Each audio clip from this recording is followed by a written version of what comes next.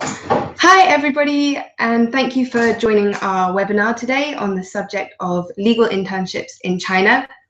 This is the fourth in our webinar series about different sectors that CRCC Asia provides to do internships in China. My name is Hannah, and I'm the UK Marketing and PR Coordinator here at CRCC Asia's London office.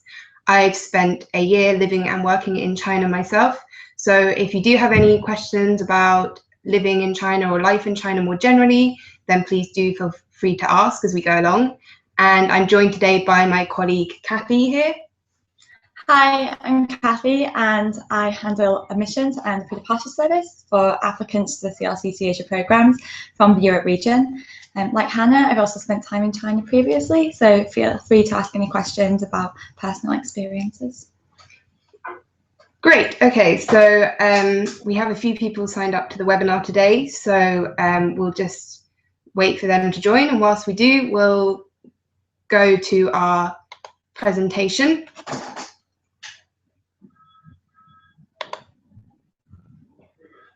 So now you should be able to see our PowerPoint presentation. We're just on the first slide, so legal internships in China. So during the webinar today, we will first give a brief overview to the legal sector in China. Then we will talk about CRCC's opportunities and internship programs within the legal sector in China. Then you'll have a chance to watch a testimonial from a former intern who was working in law in China. And at the end, we will have a Q&A session where we will answer any questions that you may have. If you do have any questions as we go along, then please feel free to ask throughout the webinar. You can write your questions to us at the right-hand side of the screen, and we will answer them once we finish the presentation. So please, if you have any questions, then do feel free to ask. So now we will talk about the legal sector in China. So China has over 2,000 years of history, and correspondingly, Chinese law is one of the oldest legal traditions in the world. Throughout the 20th and 21st centuries, law in China received a influences from both Chinese approaches and Western influences. For most of China's history, its legal system has been based on Confucian philosophy. For those of you who don't know, Confucius is an ancient Chinese philosopher whose principles and sayings still have a great influence over China today. Confucian philosophy has a strong moral emphasis from a governmental as well as a personal angle and stresses the importance of justice and sincerity. So following the overthrow of the Qing dynasty in the 1911 revolution, China adopted a Western-style legal code with influences from the German civil law system. The establishment of the People's Republic of China in 1949 by the Chinese Communist Party resulted in a more Soviet-influenced style of socialist law. The legal system in China is currently referred to as a socialist legal system with Chinese characteristics. More recently, there have been a number of important developments in strengthening the rule of China. In particular, there has been increased participation between Chinese and foreign firms. So more and more foreign law firms have been sending out representative offices to China. And there has been a marked increase in the number of mergers between overseas law firms and their Chinese counterparts. The most notable of these was a merger between the Western firm Dentons and Dachong in China, which was announced on the 27th of January of this year. So under the one country, two systems style of governance, special administrative regions have their own systems of government. And as such, they also have distinct legal systems. So this applies to both Hong Kong and Macau. So Hong Kong still retains the common law system, which it inherited during its time as a British colony. Hong Kong was handed back to China in 1997. And Macau is a small peninsula on the south coast of China. It was Portuguese overseas territory until 1999. So it nowadays employs a legal system based on Portuguese civil law. Both Hong Kong and Macau have their own courts of final appeal. This means that they are outside of the legal jurisdiction of the People's Republic of China, except on constitutional issues. So here is a brief overview of the structure of Chinese legislation. So as you can see, at the top of the hierarchy of governmental directives is the Constitution of the People's Republic of China. This is followed by national laws, which are issued by the National People's Congress. The National People's Congress is the legislative body of Chinese government, and it has lawmaking powers. Then there is the administrative regulations, which are issued by the State Council. The State Council is the executive body of Chinese government and its chief administrative authority. This is followed by local decrees issued by local people's congresses. These are active at the level of provinces, autonomous regions, including Tibet and Xinjiang, and municipalities. And finally, we have administrative and local rules issued by a local people's government. So there are currently a number of challenges facing the Chinese legal system. The first of these is the issue of equality and justice. So China's laws do provide principles for fundamental human rights. However, there is general agreement that some of these rights are not fully implemented. Secondly, there is the issue of guanxi and corruption. Guanxi loosely translates as relationships or networks, but more widely denotes the personal networks of influence that are extremely important in Chinese business circles and also in the law. So the influences of these norms outside the legal system harm the impartiality of administrative bodies as well as the judicial system. And finally, there is the problem of intellectual property rights. There is a legal framework to protect intellectual property. However, despite the existence of this, copyright violations are still quite common in China. So now we're going to talk a bit more about the legal internships offered specifically by CRCC Asia. So CRCC Asia places interns in some of the largest law firms in China and Asia. Most of the opportunities are in corporate and commercial law, with some specialist placements relating to intellectual property. For interns in the sector, typical tasks are such as drafting, proofreading cases and contracts and documents, legal research, shadowing lawyers, and perhaps some business development and client management. The exact job descriptions and working hours vary depending on the firm, but interns can expect Monday to Friday from 9 a.m. until 5 or 6 p.m. So you can see here an example of a host company in which CRCC Asia places interns in China. As Hannah previously mentioned, Dacheng is one of the first and largest partnership firms in China. The company has over 50 offices, and CRCC Asia has previously placed interns with Dacheng in Beijing, Shanghai, and Shenzhen. So the legal sector is one of the most competitive sectors out of all of the sectors that CRCC Asia offers, and also one of the most popular. The CRCC Asia programs run once per month throughout the year, and legal internships are available for 1, 2, and 3 months.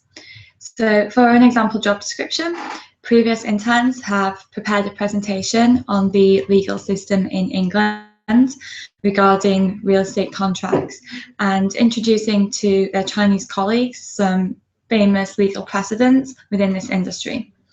Interns have also had the opportunity to advise on and process trademark registrations for a number of foreign clients.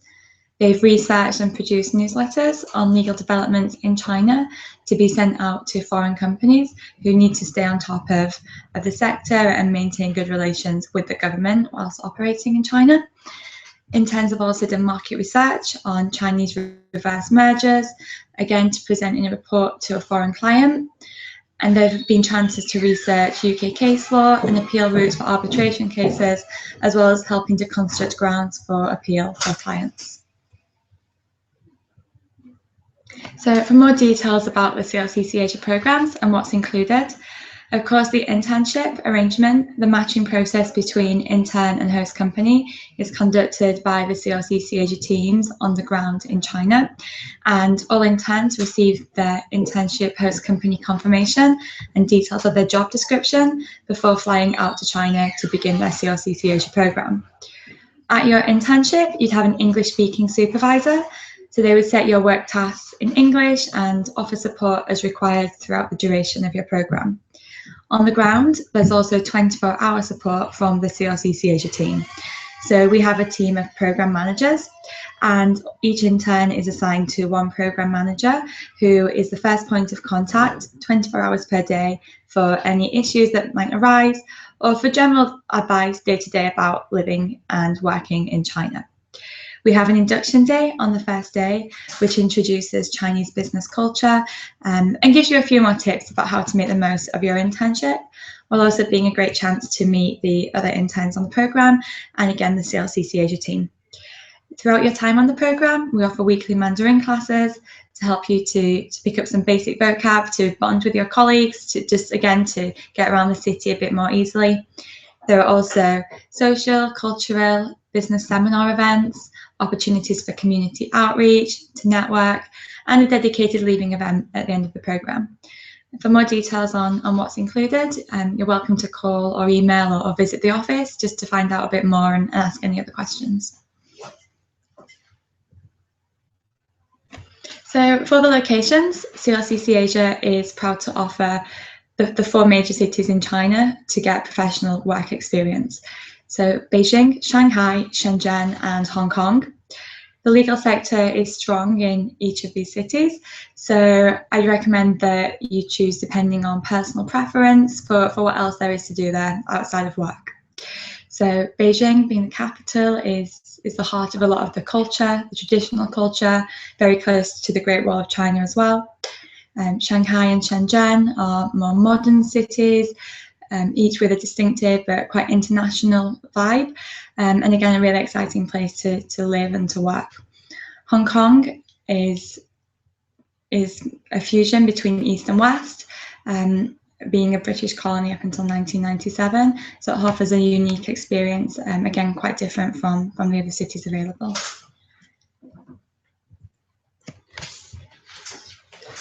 So now we're going to show you a video of a testimonial from a former intern who was working in the legal sector.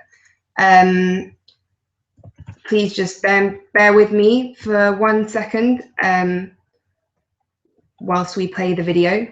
So hopefully this is going to work.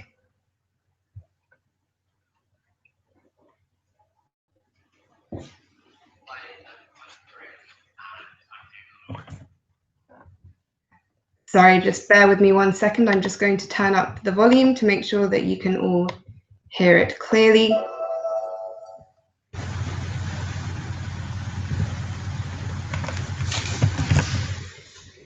Internship with CRCC Asia at Untitled Partners. I graduated from university last summer with a degree in law at the University of Oxford, and in the past year I've been doing a mixture of pro bono work and academic legal work. Fortunately, my supervisors have been pretty great so far, so they've given me a good variety of work.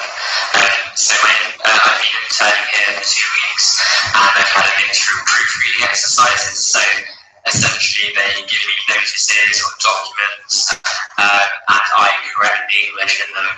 I've also been given an exercise where a contract for one of their clients was given to us, and the other party had made amends, which were quite unfair on my company's client.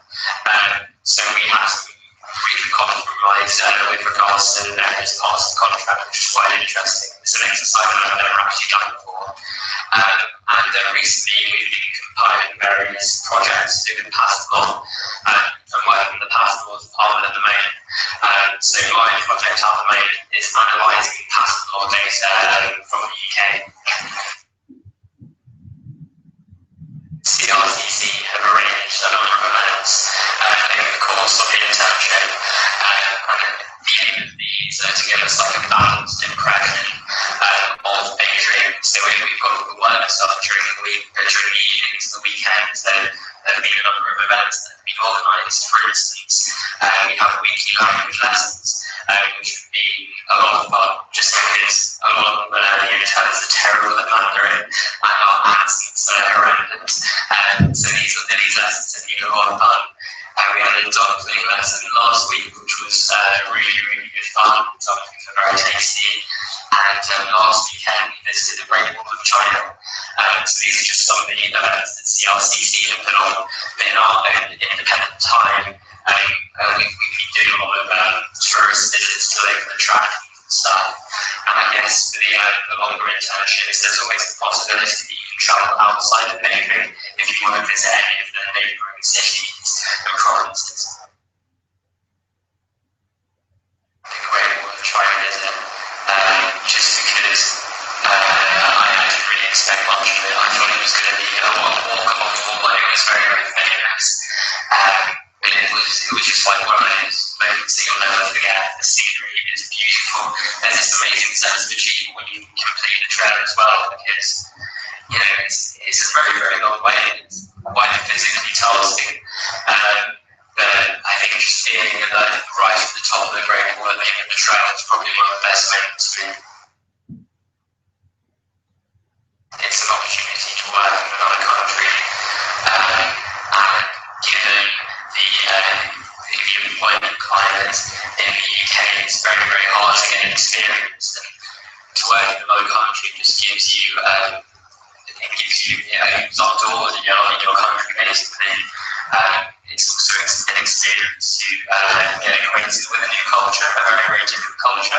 This summer I'm applying for training contracts, sales and contracts at law firms, and part of the reason why I'm delayed applying to law firms is because I feel that being on a placement like this will stand me in good stead when I apply to them, just because not many people my age can say they've worked in a foreign country in a place like China. If there's an opportunity in Beijing, just take it. If you're only here for a short amount of time, a lot of people may not even return to this place, so try to do as much as you can whilst you're in Beijing. Secondly, have no fears about coming to a country like this. I'm from a very, very different background. I know there can be a tendency for me to be very nervous and cautious when coming here, but people are immensely welcoming. It's a very, very beautiful city, a beautiful country. So yeah, it's a brilliant place to work and a brilliant place to visit. Great. So thank you very much to Christian for that insider's insight into the China internship program. I hope you guys found it useful. So this was the last in our webinar series on different sectors that CRCC Asia work in. We have previously presented on the marketing sector, the engineering sector, and the finance sector. You can find all of these videos on our YouTube channel. So if you're interested, please do check them out. Coming up next for CRCC Asia's webinars, we have a webinar about China's history and culture on August the 12th. And finally, a webinar about traveling in and around China on October the 7th. So if that's something that interests you, then stay tuned and check out those webinars. They will also be posted onto our YouTube channel once they've taken place. So to apply for the CRCC Asia programs and begin your journey out to China, you can go to crccasia.com and click on the apply button on the top right of the page. So there you find an application form which you can fill out with basic information and 2 application questions. So take care to fill out the application form, demonstrating your motivation for taking part in the programme, how your previous study and work experiences fit in, and what you're hoping to gain. To contact CRCC Asia, as well as our website, you can engage with us across social media. So Facebook, Twitter, Instagram, YouTube, and so on. And you can find all of the links here and also on our website. And CRCC Asia has physical offices globally. So today we're based here in London, but depending on your region, you can contact your local office, whether that's in Venice or Madrid or elsewhere. We also have the 4 offices in China, Beijing, Shanghai, Shenzhen, and Hong Kong, with our teams there dedicated to helping you to make the most of your placement in China. So thank you very much for listening to our webinar about legal internships today. I hope it's given you more of an understanding of the legal sector in China, as well as the opportunities that CRCC Asia provides within the legal sector. If you have any questions, now is the time to ask. So we will stop sharing the presentation and find out if anyone has any questions.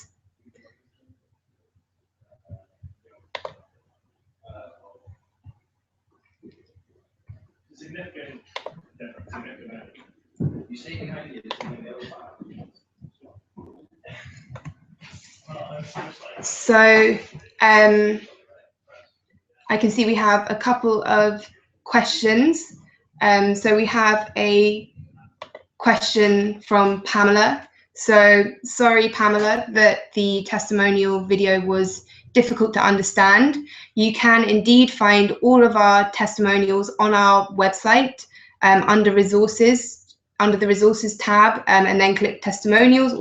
All our testimonials are listed there. You can also find all video testimonials on our YouTube channel. So thank you for asking that, and I hope you will check out the testimonial, because it was quite an interesting one from Krishan that he gave us.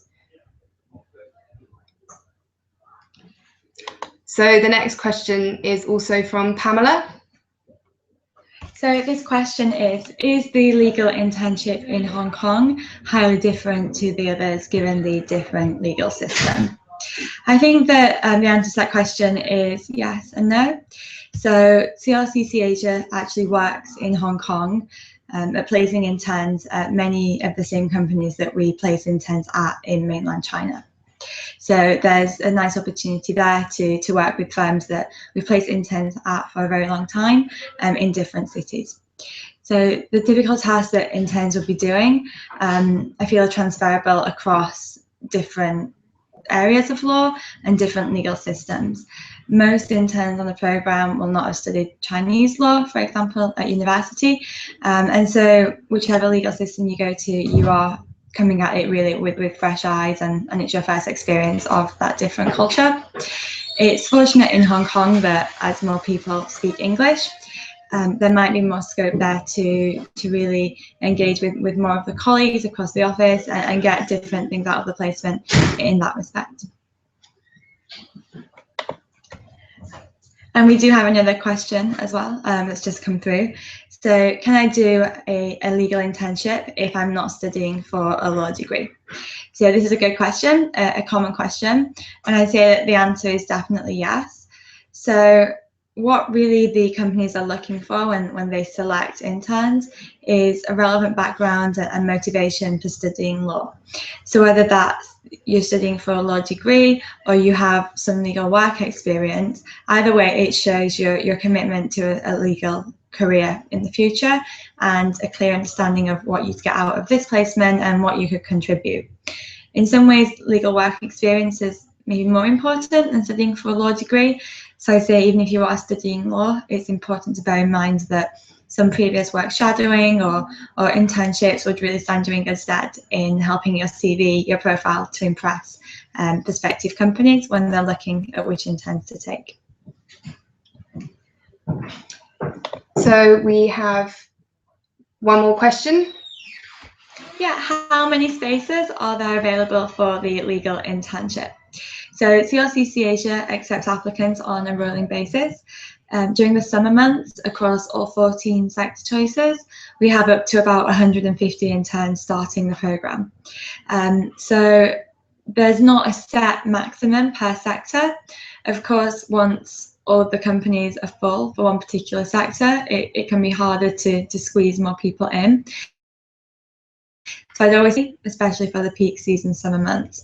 But at that point, if it comes down to you being a late applicant, it can be the strength of your profile, you as a candidate, which determines whether or not you are successful in getting a legal internship. The vast majority of CRCC Asia interns are placed within their first sector choice. We have lots of experience of sending thousands of interns out to China and placing them in sectors that match their interests. But as I say, it depends on your CV as well, and you putting forward a good case as to why you're a strong candidate. Okay, so thank you for that question. So that seems to be all the questions that we have for today. So I'd like to thank every one of you who's participated in the webinar for joining us today. And don't forget that if you missed out on the webinar, you can watch it on our YouTube channel later. And remember to stay tuned for the next in our webinar series. If you think of any other questions that you didn't get a chance to answer today, then feel free to contact us at the London office. We're always available to answer your questions. You can contact us through the website or email us or just give us a call. So we hope to hear from you. And once again, thank you for joining us, everyone. Thank you. Thank you. Goodbye.